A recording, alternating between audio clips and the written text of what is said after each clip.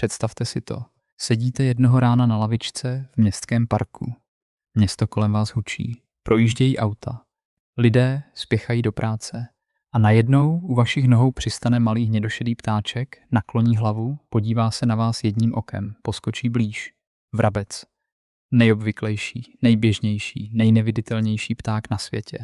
Ani se na něj nepodíváte. A právě v tom spočívá chyba, protože za tím šedivým, nenápadným vzhledem se skrývá tvor, který přežil doby ledové, dobil 6 kontinentů, přispěl k jednomu z největších hladomorů v dějinách lidstva a který v tuto chvíli tiše mizí z našich měst. A my si toho sotva všímáme, dnes vám povím 100 faktů o vrabcích. A slibuji, že v polovině tohoto videa se dozvíte něco, co zcela změní váš pohled na tohoto malého ptáka. Zůstaňte až do konce, nelitujete, začínáme. Fakt čího one.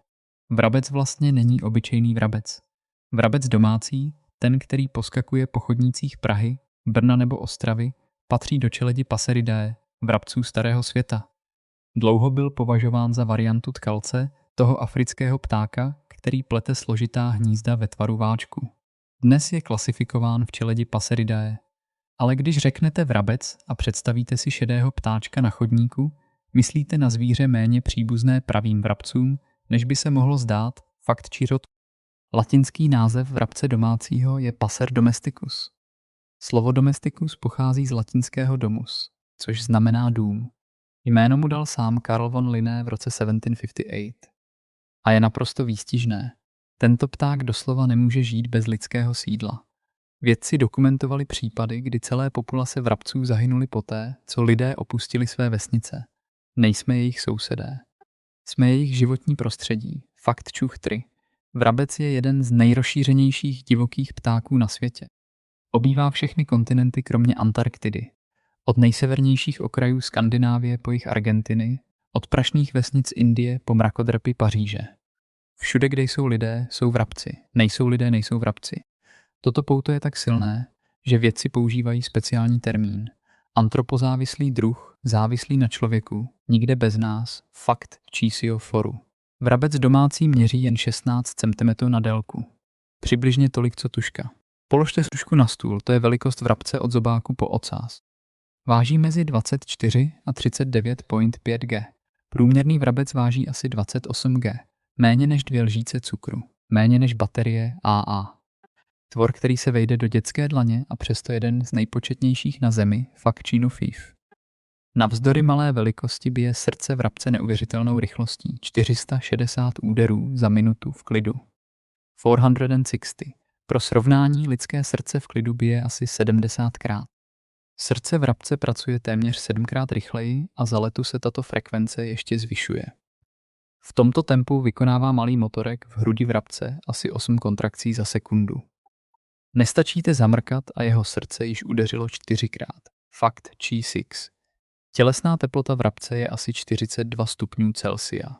U člověka by taková teplota signalizovala nebezpečnou horečku vyžadující okamžitou hospitalizaci. Pro vrabce je to norma. Tento žhavý metabolismus mu dává energii pro rychlý let a přežívání v chladném klimatu. A česká zima, ať už na Šumavě nebo v Krkonoších, umí být pořádně ostrá. Vrabec je malá kamínka pracující na plný výkon 24 hodin denně. Fakt čka 7. Vrabci nechodí, skáčou. Pokud pozorně sledujete vrabce na chodníku, všimnete si, že se pohybuje energickými malými skoky, nikoli kroky jako holub nebo vrána. To vyplývá ze stavby nohou. Příliš krátkých a příliš blízko u sebe na chůzi. Skákání je při této morfologii energeticky ekonomičtější. Vrabec se odráží oběma nohama najednou. Odtud ten charakteristický živý pohyb. Hop, hop, hop, chytí drobek, hop, hop, odletí, Facchu 8. Existuje asi 25 druhů rodu Passer. Mezi nimi vrabec polní, vrabec španělský, vrabec rezavý, vrabec pouštní a mnoho dalších. Ale když prostě řekneme vrabec, téměř vždy myslíme na vrabce domácího, nejrozšířenějšího a nejpočetnějšího ze všech. Vědci rozlišují 12 podruhů vrabce domácího, každý s vlastními znaky peří a velikosti přizpůsobenými regionu výskytu. Fakt Chaionian. Samce od samice odlišuje jeden nápadný znak. Černý plastron, skvrna na hrdle a horní části hrudy. Samice ji nemají. Jsou skromnější v bledě béžových a šedých tónech, téměř maskované. Samci jsou kontrastnější s černobílohnědým vzorem na hlavě a křídlech. Mláďata obou pohlaví připomínají samice, rozmazaná a bledá. Tento plastron samce není jen ozdobou. Je to jeho pas, jeho vizitka. Ale k tomu se vrátíme za chvíli. Fakt číno ten. Vrabci nejsou tažní ptáci. Zůstávají na stejném místě celý rok. Na rozdíl od vlaštovek, čápů nebo jeřábů, vrabec nikam na zimu neodlétá. Je s vámi i při 15 grádce, když je české město zaváté sněhem, bude tam, naježený na větvi, nafukující peří pro izolaci od chladu, čekající, až někdo hodí kus chleba. Jeho strategií je věrnost místu, nikoli migrace, fakt číno 11. Rychlost letu vrabce se pohybuje od 24 do 38 km/h. To není rekord ve světě ptáků, sokol stěhovavý překračuje 300, ale pro tvora vážícího 28 je to úctyhodné. Představte si předmět velikosti malé mandarinky letící rychlostí profesionálního cyklisty a měnící směr ve zlomku sekundy, aby unikl drápům krahujce. To je vrabec v letu fakt číro 12. Vrabci jsou praví evoluční siláci. Rod Passer, do něhož patří, se pravděpodobně objevil před více než 10 miliony let v oblasti dnešního Blízkého východu. Před 10 miliony let, kdy po zemi chodili předkové našich koní velikosti velkého psa, vrabci už existovali, přežili klimatické změny, masová vymírání a příchod člověka. Viděli všechno fakt čoro 13. Během poslední doby ledové, před asi 20 lety, populace vrabců drasticky poklesly. Větší část Evropy byla pokryta ledem, včetně území dnešní České republiky. Ale jakmile se klima začalo oteplovat, vrabci obnovili své stavy. Přežili tam, kde mamuti, srsnatí nosorožci a šavlozubí tygři zahynuli. Malý šedý ptáček se ukázal odolnějším než obři, fakt čaným 14. Vědci označili vrabce jako antropozávislý druh. Výzkumy ukázaly, že určité populace vrabců doslova vymíraly poté, co lidé opustili svá sídla a osady. Bez lidských staveb, bez zbytků jídla, bez obilí na polích, vrabec nepřežívá. Je s námi spojen na biologické úrovni. Toto pouto potvrzují data Marka Ravineta a spolupracovníků, zveřejněná v roce 2018, Factcha 15. Vrabcům bylo věnováno více než 7 vědeckých prací. Vrabec domácí je jedním z nejintenzivněji studovaných divokých ptáků na světě. Byl využíván ve výzkumech evoluce, pohlavního výběru, parazitologie, behaviorální ekologie, neuroendokrinologie a dokonce i fyziologie stresu. Kdyby existoval Nobelův výbor pro zvířata za zásluhy vědě, vrabec by dostal cenu za odpracované roky. Fakty číslo 16 a 17. Hnízdo vrabce je tvůrčím nepořádkem v tom nejpozitivnějším smyslu. Staví se ze suché trávy, peří, útržků papíru, provázků, nití, vaty a všeho, co přijde pod ruku. Vrabci hnízdí v puklinách budov, pod střechami v okapech, ve sloupech elektrického vedení za nápisy obchodů, v dutinách stromů, dokonce i v nefunkčních semaforech. Nejsou nároční. Potřebují jen puklinu správné velikosti a materiál, a to najdou v každém českém městě. Fakt číslo 18. Samice vrabce snáší od 1 do 8 vajec na snůžku, obvykle 4 nebo 5. V jedné hnízdní sezóně mohou být 2 až 4 snůžky. To znamená, že jeden pár vrabců může teoreticky vyprodukovat až 25-30 mláďat ročně. V praxi nepřežívají všechna, ale reprodukční potenciál je obrovský. To je jeden z důvodů, proč vrabci tak rychle kolonizují nová území. Fakt číslo 19. Inkubace vajec trvá 10 až 14 dní a důležité je, že na vejcích sedí oba rodiče. Samec a samice se střídají na vejcích každý po několika minutách. Není to záležitost matky, je to skutečná týmová práce. Navíc, pokud jeden z partnerů zmizí, druhý může zkusit pokračovat v inkubaci sám a dovést líhnutí do konce. Fakt číslo 20. Mláďata vrabce krmí oba rodiče regurgitací. Prvních pár dní dostávají téměř výhradně hmyz. Bílkoviny jsou nezbytné pro rychlý růst kostí, peří a svalů. Dospělý vrabec jí zrní a semena, ale pro svá mláďata se mění v houževnatého lovce housenek, mšic, much a pavouků. Pár rodičů může za den uskutečnit několik set letů ke hnízdu. Několik set letů každý den, 2 týdny v kuse, krátká přestávka. Pozorovali jste někdy vrabce, jak krmí mláďata? Napište do komentáře, kde to bylo. Na balkóně, pod střechou chaloupky v Beskydech nebo Šumavě v centru města? Opravdu mě to zajímá, fakt 21. Černý plastron samce je doslova jeho životopis. Metaanalýza publikovaná v Behavioral Ecology Shinichim Nakagavou a spolupracovníky v roce 2007 potvrdila, že velikost černé skvrny na hrdle spolehlivě souvisí s dominantním statusem ptáka. Samci s větším plastronem jsou starší, agresivnější a častěji vítězí v konfliktech o potravu a teritorium. Ostatní vrabci tuto skvrnu vidí a chápou. Před nimi stojí zkušený bojovník. Lepší se nehádat. Je to vizitka šetřící energii tím, že eliminuje nekonečné rvačky. Fakt číslo 22. Plastron samce mění velikost v průběhu zimy, bez růstu nového peří. Pera na hrdle mají světle béžové špičky. V průběhu zimy, kdy pták pečuje o peří a koupe se v prachu, se tyto špičky postupně obrušují, odkrývajíce tmavou vrstvu melaninu pod nimi. Plastron se doslova vynoří jako skrytý nápis pod setřenou barvou. A co je nejpozoruhodnější, studie ukázaly, že samci s velkým plastronem pečují o peří častěji a intenzivněji. Záměrně pracují na tom, aby jejich odznak byl viditelnější. Musím přiznat, že když jsem se to dozvěděl, musel jsem to dvakrát zkontrolovat, ale je to práce Andersa Möllera publikované v Behavioral Ecology and Sociobiology. Fakt 23. Plastron je testosteronovým signálem. Jeho velikost závisí na hladině testosteronu v organismu samce. Více testosteronu, větší plastron, agresivnější chování, vyšší postavení v hierarchii skupiny. Ale je tu paradox. Studie odhalily závislost ve tvaru písmene U. Největší odznaky měli jak dominantní samci, tak i ti nejpodřazenější. Vědci předpokládají, že podřízení samci s velkým plastronem jsou mladí ptáci s vysokým potenciálem, kteří si ještě nenašli místo v hierarchii. V podstatě vrabec nosí svůj hormonální profil na hrudi. Fakt číslo 24. Vrabci žijí ve skupinách s jasnou sociální hierarchií. Ve skupině jsou dominantní a podřízení jedinci. Dominantní mají lepší přístup k potravě, místům odpočinku, reprodukčním partnerům. Podřízení čekají na řadu a vyhýbají se konfliktům. To není demokracie. Je to přísná vertikální hierarchie s vizuálními odznaky rozlišení. Hierarchie se ustavuje prostřednictvím série agresivních střetů, strčení, klovnutí, pronásledování, ale jakmile je pořadí stanoveno, fyzické násilí klesá na minimum. Stačí ukázat plastron Fact 25. Vrabci jsou kolektivními strážci. Studie časového rozpočtu vrabců ukázaly, že ve velké skupině každý jedinec tráví méně času sledováním okolí při hledání predátorů. Více očí, méně práce pro každého. To umožňuje každému ptáku věnovat více času hledání potravy bez obětování bezpečí. Kolektivní bdělost. Hejno není dav, je to bezpečnostní systém. Fakt 26. Vrabci se koupou v prachu. Lehnou si na suchou zem a energicky mávají křídly a tělem, přesně jako by se koupali ve vodě. Prach proniká mezi pera, absorbuje přebytečný tuk a mechanicky odstraňuje parazity, roztoče, vši, blechy.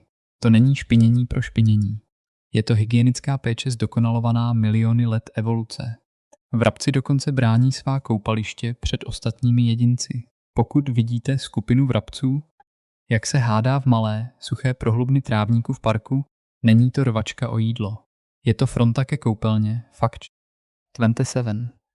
Ve městech se vrabci naučili používat nedopalky cigaret jako antiparazitikum.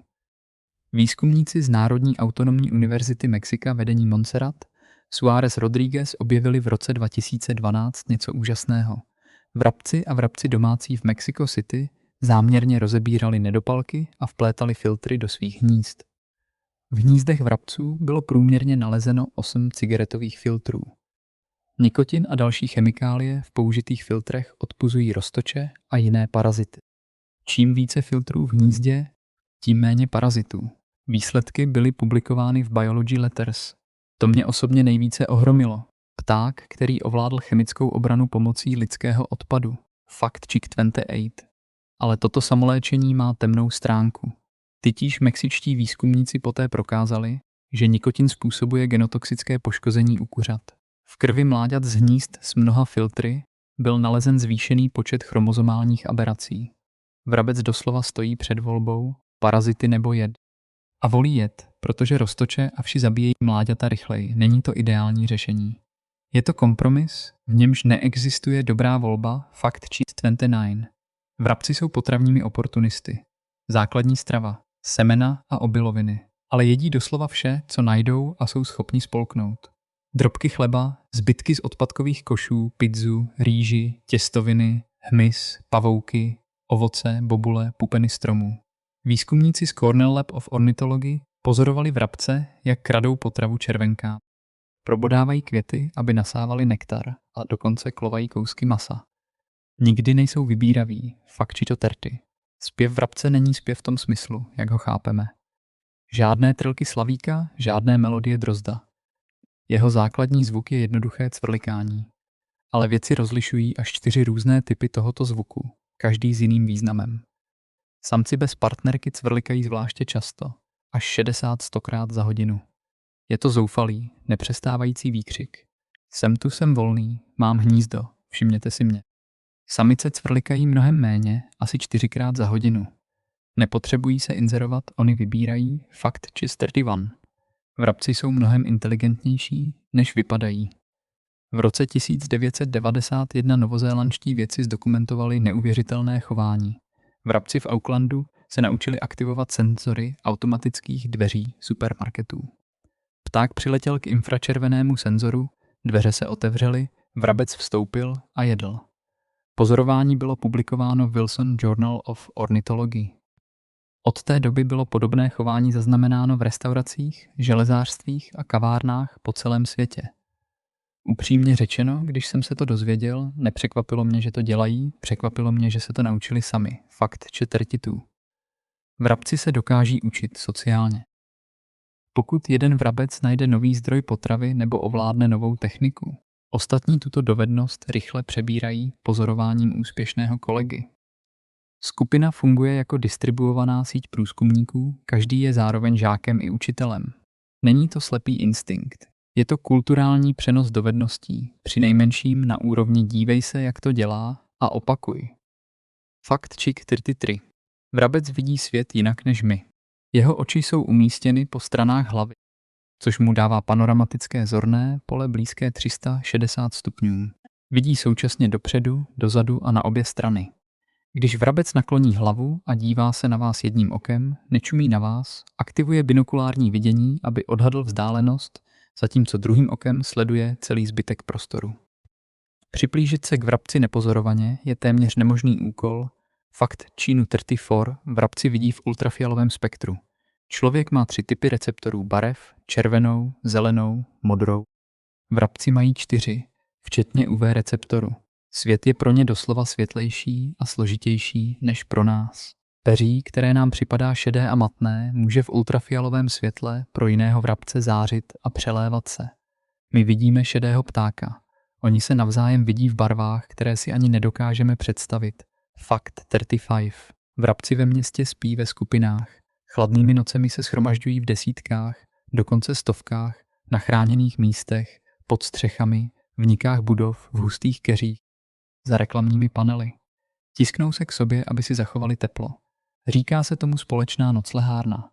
Teplota uprostřed tohoto živého radiátoru je o několik stupňů vyšší než venku. Kolektivní přežívání v doslovném smyslu. Tulíme se, abychom nezamrzli. Fakt 36. Vrabci se v Severní Americe neobjevili sami. Přivezl je tam jeden konkrétní člověk.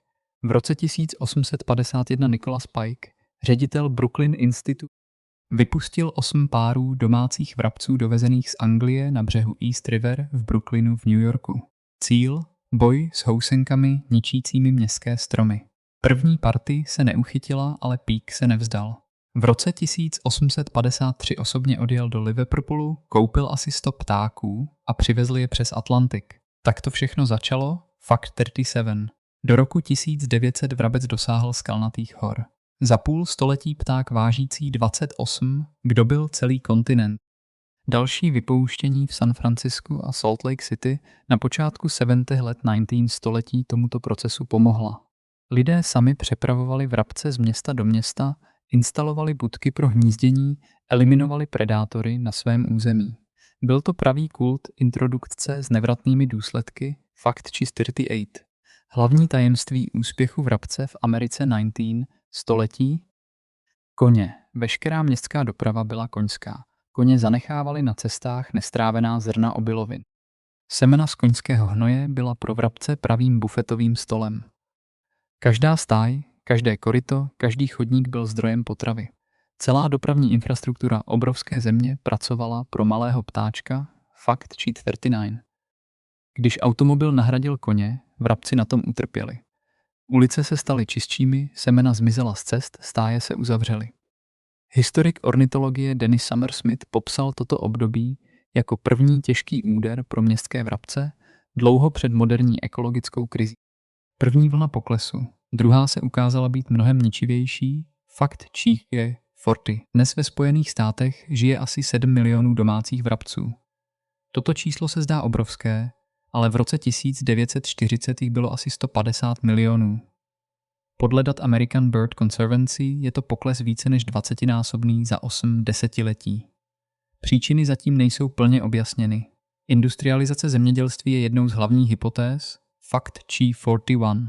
V Evropě je obraz ještě temnější. Podle společné zprávy RSPB, BirdLife International a české společnosti ornitologické ztratila Evropa mezi lety 1980 a 2017 celkem 247 milionů domácích vrabců. 247 milionů, to je polovina celé evropské populace, která se vypařila za méně než 4 desetiletí. Pro srovnání, to je více než celkový počet obyvatel Francie, Německa a Španělska dohromady. Jenže to nejsou lidé, jsou to ptáci a proto o tom tak málo lidí ví. Česká republika je součástí tohoto evropského trendu, fakt čích 42. V Londýně, městě, které si lze těžko představit bez vrabců, jejich počty od roku 1995 klesly o 71%. Za 20 let zmizely téměř 3/4 populace. Pták, který byl po staletí součástí londýnské krajiny, se v tomto městě stal vzácností. Ve Velké Británii byl vrabec domácí zařazen na červený seznam druhů vzbuzujících největší obavy o zachování. Vrabec na červeném seznamu, fakt 43.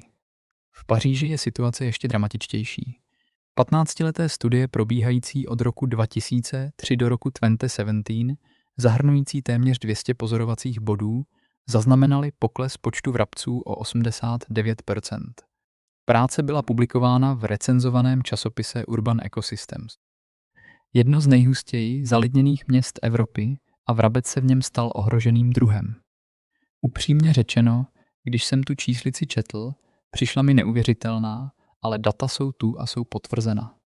Monitoring prováděný Českou společností ornitologickou v českých městech ukazuje na podobný trend. Pokles vrabce domácího byl zaznamenán například v Praze, Brně i Ostravě, fakt 44. Příčiny mizení městských vrabců zatím nejsou jasně stanoveny. Je to jedna z těch vědeckých situací, kdy poctivá odpověď zní: nevíme s jistotou. Mezi hypotézami nedostatek hmyzu pro krmení mláďat, znečištění ovzduší, trvalý městský hluk, elektromagnetické záření antén, šíření ptačí malárie, zánik vhodných míst pro hnízdění. Nejpravděpodobnější je kombinace faktorů, ale žádný výzkumník zatím nemůže ukázat prstem a říci: to je právě to, s jistotou. Fakt 45. Jedno z nejpřesvědčivějších výzkumů provedl tým Willa Peacha z RSPB v Leicesteru ve Velké Británii. Zjistili, že hlavní příčinou vysoké úmrtnosti mláďat byl prostě hlad. Mláďata umírala z nedostatku hmyzu. Když vědci začali doplňovat stravu kolonie moučnými červy, dodávajíce chybějící bílkoviny, reprodukční úspěch vzrostl o 55%. Jednoduché řešení, ale téměř nemožné realizovat v měřítku velkoměsta, fakt či 46. Ptačí malárie je dalším podezřelým. Studie provedená na předměstí Londýna v letech 2006-2009 ukázala, že parazit Plasmodium relictum, odpovědný za ptačí malárii, byl detekován u londýnských vrabců s průměrnou prevalencí 74%. To je rekord pro populaci divokých ptáků v severní Evropě. 3/4 vrabců infikováno a přežívání mladých i dospělých bylo negativně spojeno s intenzitou infekce. Fakt 247. Moderní architektura je tichým nepřítelem vrabců. Staré budovy s prasklinami ve zdech, zákoutími pod římsami, nikami ve fasádách byla ideálními místy pro hnízdění.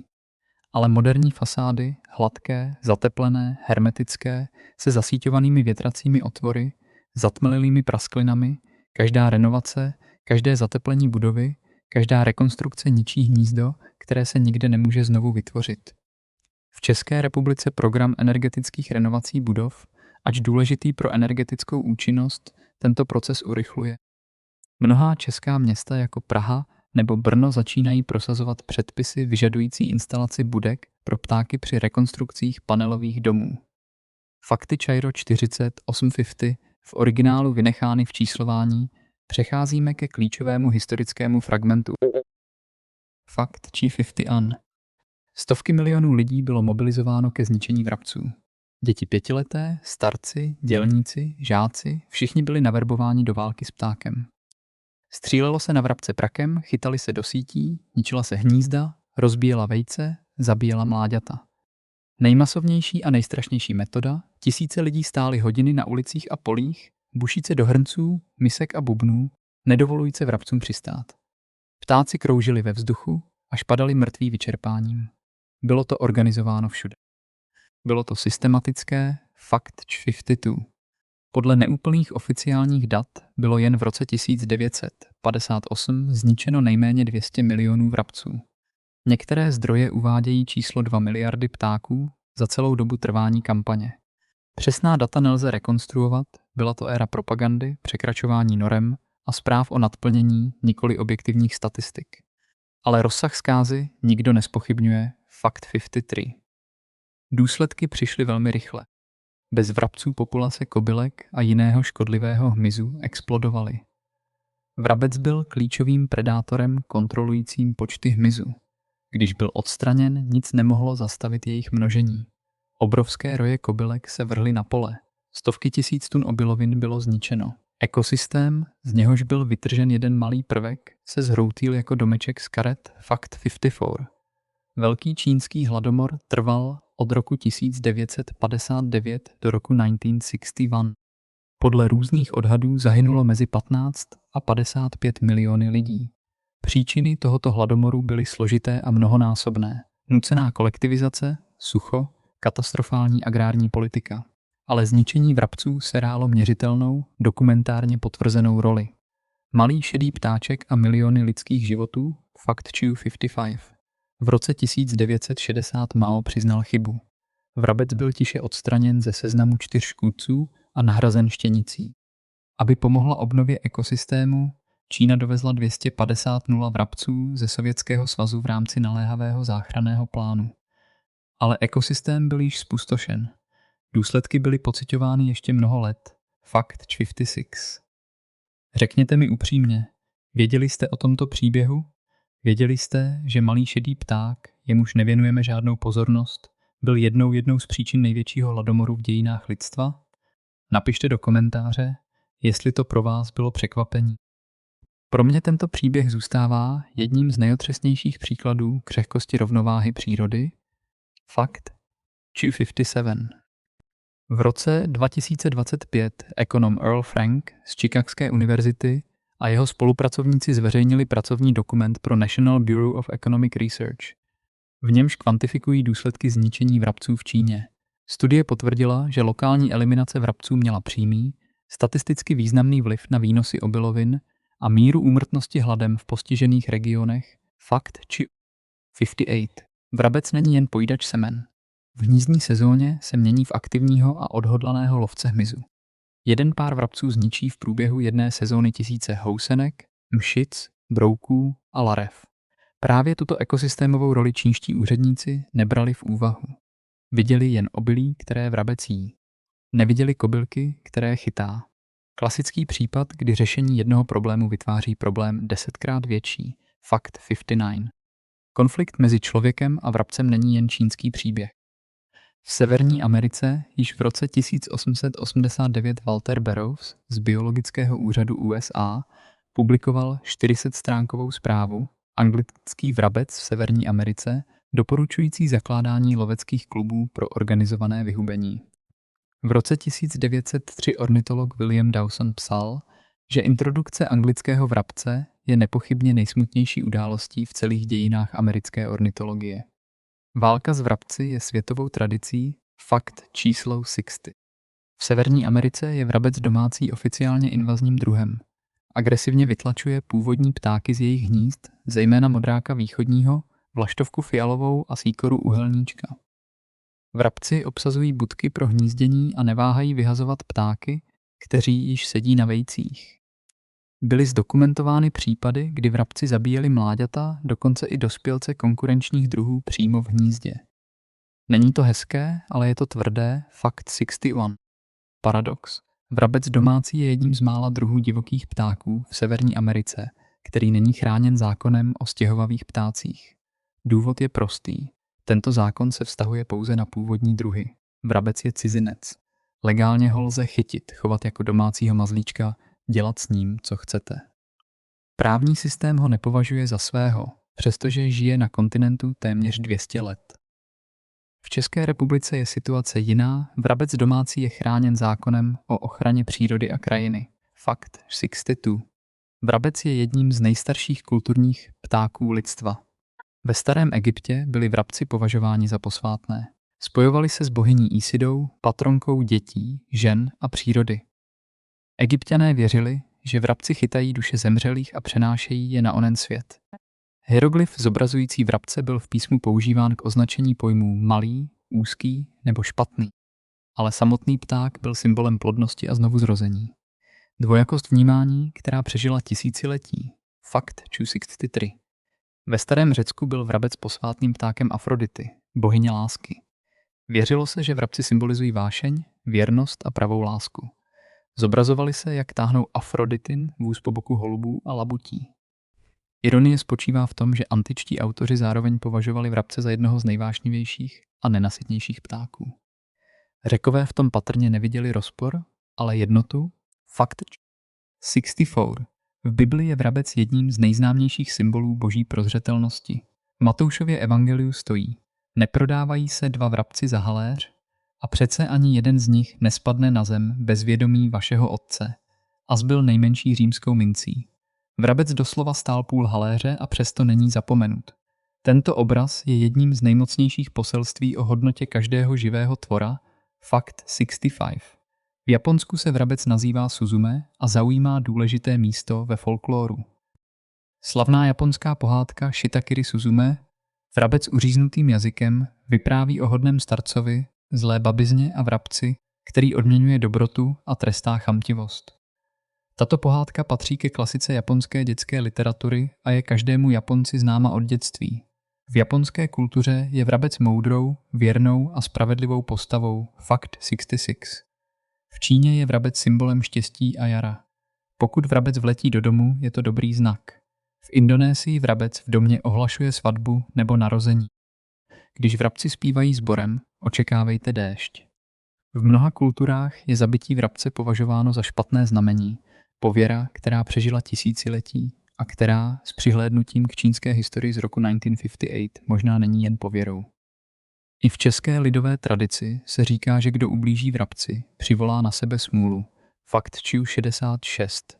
Pokračování. Námořníci si dávali vytetovat vrabce po 5-0 námořních mílích plavby, druhé tetování po 10-0. Tradice sahá do starověkého Egypta. Věřilo se, že pokud se námořník utopí, vrabec odnese jeho duši do ráje. 5-0 námořních mil je přibližně 900 kilomem, více než vzdálenost z Prahy do Tokia. Každé takové tetování nebylo ozdobou, bylo to znamení přežití. Fakt 67. Vrabci mohou měsíce žít v uzavřených budovách. Existují zdokumentované případy vrabců, kteří se usídlili v interiérech velkých obchodních center, nádraží, skladišť a dokonce letišť, živíce se drobky návštěvníků a hnízdíce na trámech pod stropy. Pro ně je velká budova prostě velká, teplá jeskyně s nevyčerpatelným zdrojem potravy. Personál se je snaží vyhnat. Vrabci se vracejí znovu a znovu. Obchodní centrum Palladium v Praze nebo galerie Vaňkovka v Brně, není málo takových příběhů, fakt 68. Vrabci mohou fungovat ve výšce přes 6,0 metrů nad mořem. Experimenty v barometrické komoře ukázaly, že při simulaci výšky 600 m, kde netrénovaný člověk ztrácí vědomí, vrabci zůstávali aktivní a koordinovaní. Jejich spotřeba kyslíku se více než zdvojnásobila, ale pohybovali se normálně. Myši ve stejných podmínkách byly na hranici smrti. Tajemství spočívá v architektuře ptačích plic. Propouštějí vzduch pouze jedním směrem, zajišťující mnohem účinnější výměnu plynů než naše plíce s obousměrnou cirkulací. Fakt 69. Nejstarší známá samice vrabce měla v době posledního opětovného odchycení v Texasu v roce 2004 nejméně 15 let a 9 měsíců. Podle dat Cornell Lab of Ornithology je to absolutní rekord druhu. Pro ptáka vážícího méně než 30 g je to pozoruhodná dlouhověkost. Průměrná délka života v přírodě je jen 2 až 3 roky. Většina se nedožije prvních narozenin Factu 70. Pravděpodobnost úmrtí vrabce v prvním roce života přesahuje 50%. Predátoři, hlad, chlad, nemoci, kočky, auta, okna, do nich se ptáci zabíjejí. Seznam hrozeb je nekonečný. Každý vrabec, kterého vidíte na okenní římsě nebo chodníku, je přeživší. Statistický vítěz. Každý prožitý den je malé vítězství nad pravděpodobností. Fact 71. Kočky jsou jedněmi z hlavních zabíječů vrabců. Podle odhadů Smithsonian Institution jen ve Spojených státech domácí a zdivočelé kočky ročně zabíjejí 1 až 4 miliardy ptáků. Miliardy. Vrabci, kteří se živí na zemi a hnízdí nízko, jsou zvláště zranitelní. Domácí kočka s přístupem ven může za jednu sezónu zničit desítky vrabců. Fact 72. Kromě koček jsou vrabci loveni krahujci, poštolkami, sovami, vránami, strákami, potkany, hady a dokonce velkými pavouky v tropech. Ve městě se hlavními ničiteli hnízd stali potkani, kteří lezou do prasklin budov a požírají vejce a bezbranná mláďata. Městský vrabec žije obklopen nepřáteli. Každý den je překážkový běh. Fact 73. Vrabec dokáže v noci snížit tělesnou teplotu, aby ušetřil energii. Jedná se o řízenou hypotermii. Organismus záměrně zpomaluje metabolismus, aby přežil chladnou noc s minimálními energetickými výdaji. Ve dne normálních 42 degret Celsius, v noci o 2-3 stupně méně. Ráno se teplota vrátí na normál. Je to vestavěný spánkový režim jako režim čekání počítače, ale biologický. Fact 74. Mláďata vrabců mají v koutcích zobáku jasně žluté tarčičky, rozšíření masité kůže. Slouží jako cíle pro rodiče. V pološeru hnízda jsou tyto světlé tečky dobře viditelné a rodič přesně ví, kam uložit potravu. Čím jasnější a větší tarčičky, tím zdravější mládě. Matné a malé, to je signál, že něco není v pořádku. Biologický ukazatel zdraví zabudovaný přímo do anatomie. Fact 75. Vrabec přizpůsobuje stravu ročním obdobím. V zimě převážně semena, obiloviny a lidské zbytky jídla. Na jaře a v létě mnohem více hmyzu, zejména při krmení mláďat. Na podzim přibývají bobule a ovoce. Tato potravinová plastičnost je jedním z hlavních důvodů jeho evolučního úspěchu. Nezávisí na jednom zdroji potravy. Přizpůsobuje se tomu, co je k dispozici. Fact 76. Strava městských a venkovských vrabců se výrazně liší. Vrabci z měst čerpají velkou část kalorií z lidských zbytků, drobků, fast foodů, rozptýlených semen. Problém spočívá v tom, že taková strava je chudá na bílkoviny a bohatá na sacharidy, zatímco bílkoviny jsou nezbytné pro růst mláďat. Výzkumy Frédérica Angelier a spolupracovníků z Centre de Recherches Biologiques de Chizé ukázaly, že tento nedostatek hmyzu v městské stravě je klíčovým faktorem snižujícím přežívání mláďat ve městech. Dospělí přežívají, mláďata ne. Fact 77. Každý rok, 20. března, slavíme Světový den vrabce, World Sparrow Day. Iniciativa se zrodila v Indii v roce 2010 z podnětu Nature Forever Society a rychle získala celosvětovou podporu. Jejím cílem upozornit na pokles počtu vrabců a jejich důležitost pro městské ekosystémy. V České republice organizuje Česká společnost ornitologická a místní ornitologické kroužky tohoto dne akce vyvěšování budek pro ptáky. Je to dobrý den, abyste si sami vyvěsili budku na balkón. Fact 78. V některých městech světa již existují programy na záchranu vrabců. Instalují se speciální budky pro hnízdění na fasády budov, vytvářejí se zelené koridory z keřů a stromů, sázejí se divoké rostliny přitahující hmyz. V Amsterdamu, Londýně, Dillí a Praze se objevily vrabčí ulice, Zóny speciálně navržené tak, aby byly přívětivé pro malé ptáky. Výklenky pro hnízda, krmítka, napajedla, živé ploty. Praha je v tomto ohledu jedním z pozitivních příkladů v Evropě. Fakt. Vrabec je ukazatelem zdraví města. Když vrabci mizí, znamená to, že se v ekologickém systému děje něco vážně špatného. Nedostatek hmyzu, znečištění ovzduší, nadměrný hluk, nedostatek zeleně, to vše se odráží na populaci vrabců dříve, než to my sami pocítíme. Jsou jako kanárek v uhelném dole. Jenže mírou není důl, je to celá metropole.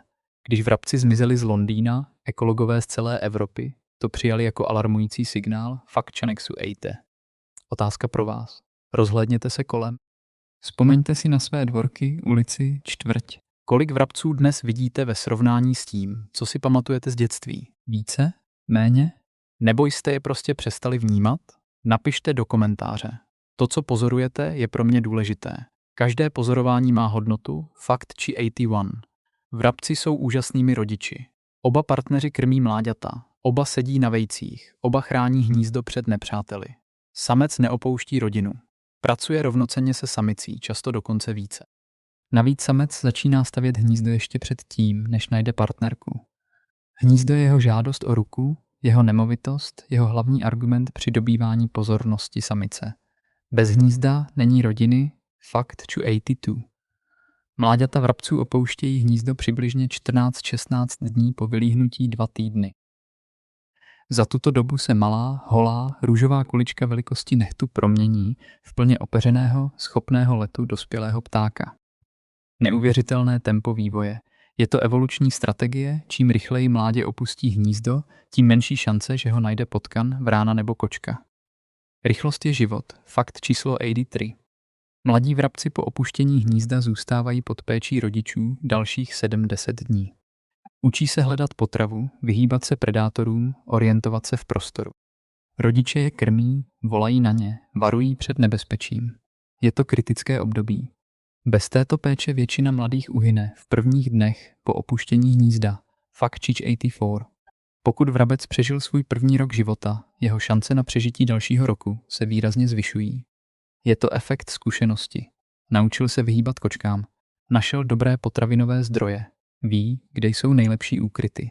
Není to štěstí. Je to dovednost přežití, která se hromadí den po dny. Fakt čič 85. Městský tepelný ostrov, tento efekt, díky němuž je teplota v centru města o několik stupňů vyšší než na okrajích, vrabcům zároveň pomáhá a škodí. V zimě trochu tepleji, snazší přežití, méně energie vydané na zahřívání. Ale v létě mohou hnízda pod rozžhavenými kovovými střechami a v nikách betonových zdí přehřívat. Mláďata v takových hnízdech trpí tepelným stresem. Město dává a město bere. Fakt číslo 86. Hluk je jedním z nejvíce podceňovaných faktorů škodících městským vrabcům. Výzkumy Frédérika Angelier a spolupracovníků ukázaly, že chronický městský hluk narušuje komunikaci mezi ptáky, zvyšuje hladinu stresových hormonů a snižuje reprodukční úspěch. Vrabec, který nemůže řádně slyšet poplachový signál nebo volání partnera, je vrabec v ohrožení. V českých městech, kde revitalizace center často zvyšují dopravní intenzitu, je to rostoucí problém, fakt čiž 87. Genom vrabce domácího byl zcela rozluštěn. To otevírá obrovské možnosti pro studium genetických adaptací, které umožnily vrabci stát se jedním z nejúspěšnějších druhů na Zemi. Zvláštní zájem vzbuzují geny spojené s trávením škrobu. Vědci předpokládají, že mutace v těchto genech umožnily vrabci přejít na obilovinovou stravu přesně tehdy, kdy lidé začali obdělávat půdu před asi 10 0 lety. Člověk vynalezl zemědělství. Vrabec se přizpůsobil a zůstal. Fakt čiž 88. Hypotéza, že se vrabec domestikoval souběžně s neolitickou revolucí, je potvrzena genetickými daty.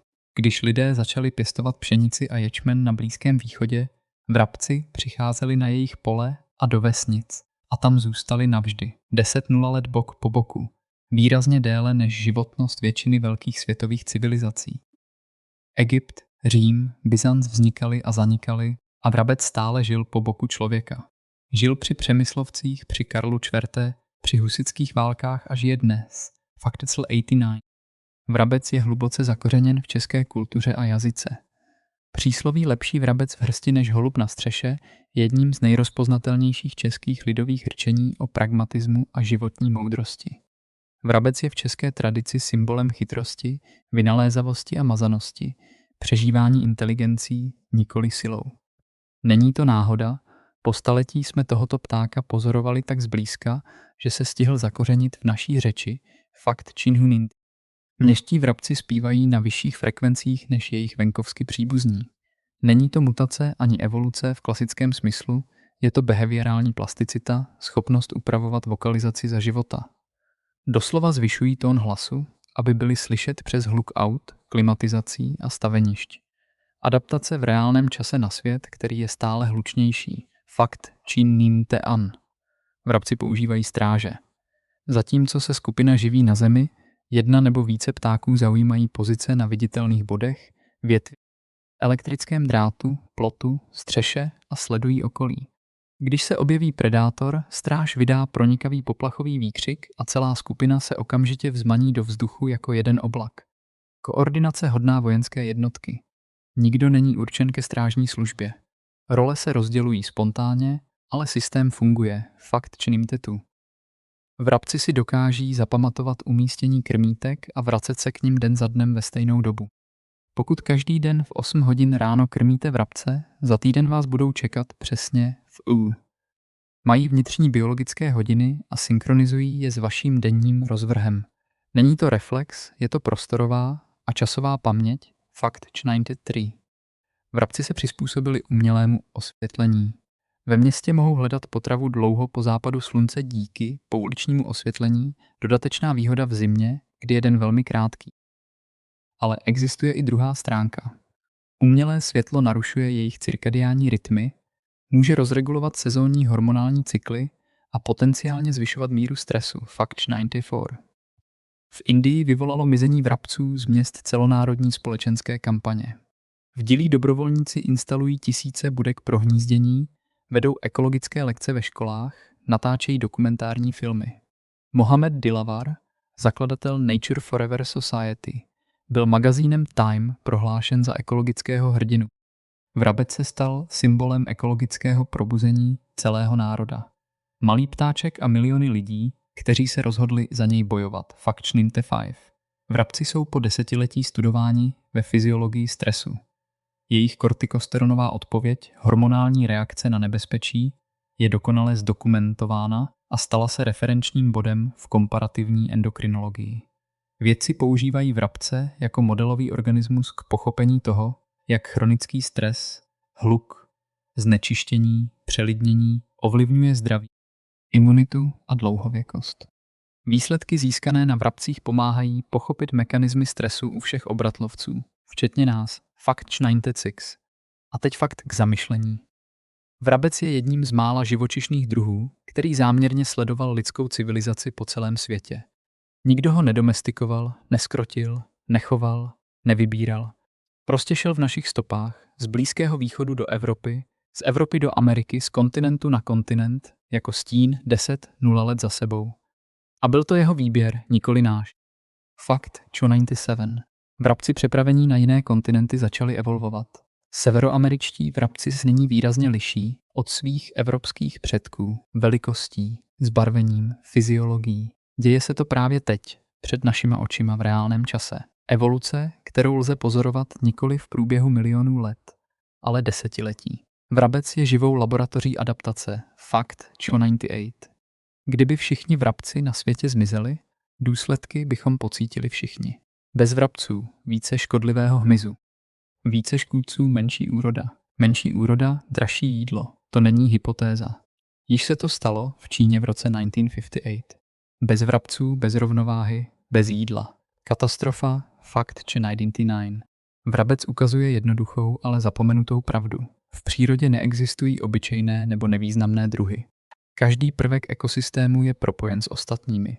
Vytrhněte jednu nit a tkanina se začne rozpadat. Zvykli jsme si bojovat za tygry, velryby, pandy, ty velké, krásné, fotogenické.